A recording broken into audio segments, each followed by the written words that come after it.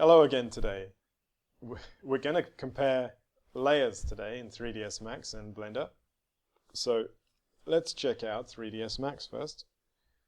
So basically layers are a really good way to manage your scene. So we can put layers, we can put lights on one layer, we can put meshes on another layer, we can put cameras on a layer, another layer, we can put characters on another layer. So we can freeze the layers, we can hide the layers.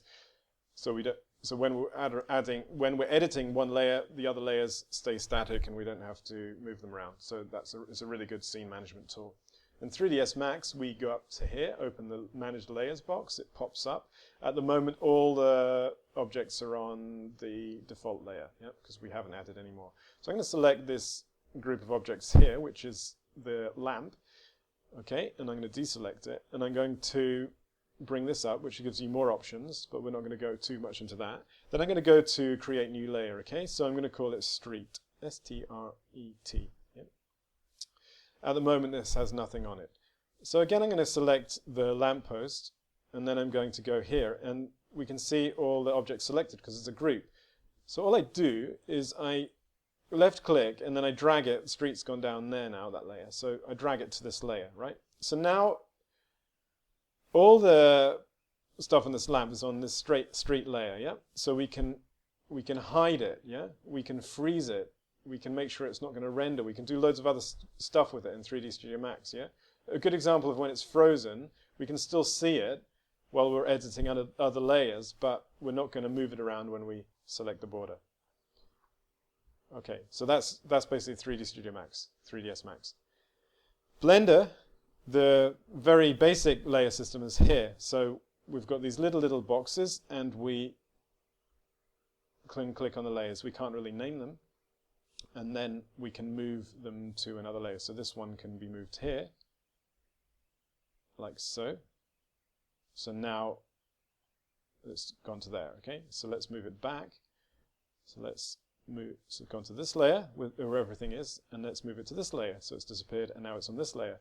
But that's just the basic way. But somebody pointed out last night when I made a video without the add-on, there's a much better way to do it. So there's an add-on hidden in some of the later versions, which I'm using 2.72b, and the add-on is in the user preferences, which I always find fiddly to find. And then we just type in here layers, and we go to layer management 3D view, click the tick box, take it back to the 3D view, and now you're going to see it's got this cool thing here, layer management tool, and we can do things like we can hide unused layers, we can hide, some layers like this one, and we can do things like lock the objects. We can select. So say if we've only got that selected, if we want to select everything, we can click that and it selects everything on this layer. And there's other options such as layer groups and things like that. I'm not going to go into much detail with it, but this add-on basically you should be using because you can, it's much more versatile than this bit down here, yeah? And you can rename it, so you can, again, name it things like street. Yep, so basically now with this add-on in